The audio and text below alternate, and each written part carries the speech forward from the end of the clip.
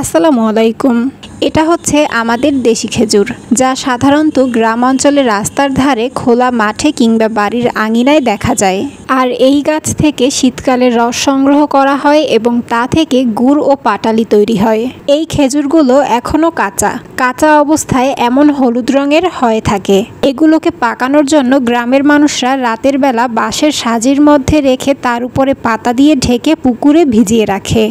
পরদিন সকালে পুকুর থেকে উঠিয়ে সাজির মধ্যে পাতা দিয়ে শুকনো জায়গায় ঢেকে রাখলেই পেকে যাবে। আর পাকা অবস্থায় এই খেজুরগুলো গাঢ় খয়েরি রঙের হয়ে যায়। আমি এগুলোকে পাতিলের মধ্যে পানি দিয়ে রেখে পাকানোর চেষ্টা করেছি। পানি থেকে উঠিয়ে এভাবে 7 থেকে 8 ঘন্টার জন্য পাতা দিয়ে ঢেকে রেখেছিলাম। খেজুর যদি পরিপক্ক না হয় তাহলে কিন্তু খেজুরগুলো পাকবে না। গাছ থেকে পরিপক্ক অবস্থায় কেটে নিতে হবে।